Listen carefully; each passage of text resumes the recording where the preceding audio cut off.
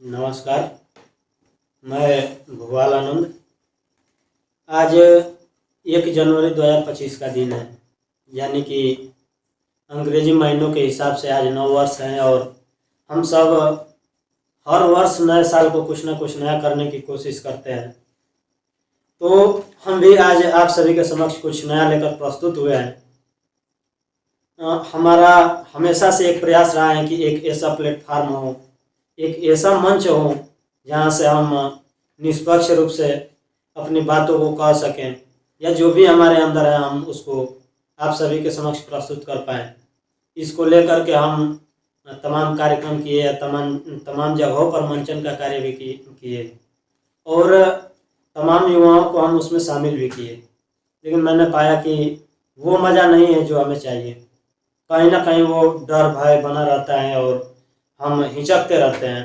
तो मैंने ये सोचा कि एक ऐसा स्थायी प्लेटफार्म बनाया जाए जहाँ पर हम जब चाहें जैसे चाहें बैठ करके अपनी बातों को कह सकें और आप तक अपनी आवाज़ को पहुँचा सकें, या आपकी जो भी बातें हैं उसको हम सुन सकें, उसको उठा सकें। तो इसको लेकर हम लगभग पिछले 6-7 महीने से इस कोशिश में थे कि कुछ किया जाए।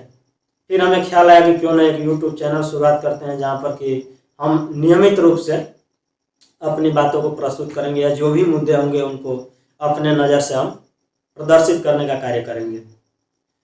फिर सोच तो बहुत पहले आ गई, लेकिन उस पर कार्य नहीं हो पा रहा था। वो एक कहा गया है ना कि सोच से संभावनाओं तक का सफर हौसलों से होकर गुजरता है। तो हमने सोच तो लिया था, लेकिन वो कहीं ना कहीं हौसला नहीं आ पा रही थी या थोड़ा समय की भी दिक्कत थी, जिसकी वजह से हम आप सभी के समक्ष नहीं आ पा रहे थे।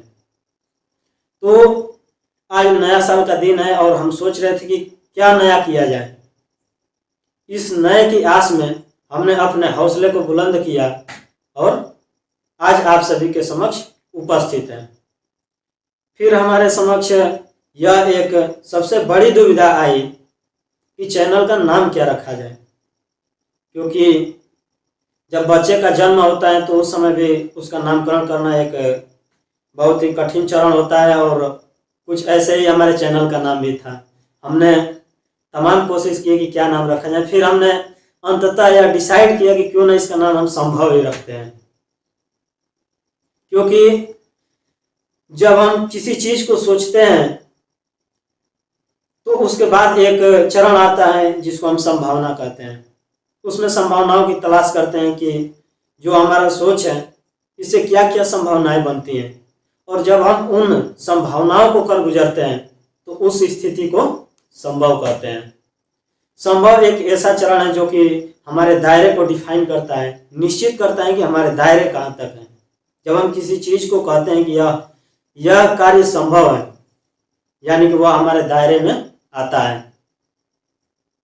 फिर हमने फाइनली आप सभी के समक्ष उपस्थित हुआ और यह एक अनाउंसमेंट करना चाहते हैं कि हम संभव के रूप में आप सभी के समक्ष आ रहे हैं और उम्मीद करते हैं कि हमारे इस संभव को आप सभी संभव बनाने में लगातार हमारा साथ देंगे और यह श्रृंखला जारी रहेगी। और इस श्रृंखला में हमारे जितने भी युवा साथी हैं या खुद मैं ही हूँ, हम समय समय से कोशिश करेंगे कि कुछ न कुछ लेकर आप सभी के समक्ष उपस्थित हों या किसी भी मुद्दे को अपने नज़र से अपने विचारों के हिसाब से हम उसको कवर करें, उस पर अपना एक हम जो भी हमारा ख्याल है उसको प्रस्तुत करें। फिर जब हम किसी कार्य को करते हैं तो उसमें गिरना उठना तो लगा ही रहता है। एक साउथ अफ्रीका के बहुत ही बड़े महानायक हैं नेल्सन मंडेला, जो कि रंग भेद नीति को समाप्त करने के लिए अपने जीवन के 38 साल एक बहुत लंबा समय होता है। 38 साल उन्होंने जीवन के 38 साल को उन्होंने कारागार में गुजार दिया, केवल इसलिए कि जो रंग भेद नीति है वो समाप्त हो सके। तो फिर हम तो बहुत छोटे चीज़ हैं। उन्होंने इस चीज़ को कहा है कि जीने का सबसे बड़ा गौरव कभी न गिरने में नहीं है, बल्कि हर बार गिर कर उठने में है। तो गिरने और उठने का चरण तो लगा ही रहेगा। गिरना और उठना तो यह एक ऐसे देख सकते हैं कि जीवन का खेल है कि गिरना उठना लगा रहेगा। लेकिन हम यह कोशिश करेंगे कि हर समय आप सभी के समक्ष उपस्थित रहें, एक नए विचार के साथ, नए जोश के साथ, नए जज्बे के साथ। तो अंततः हम यह कहना चाहते हैं कि एवरीथिंग इज पॉसिबल। धन्यवाद।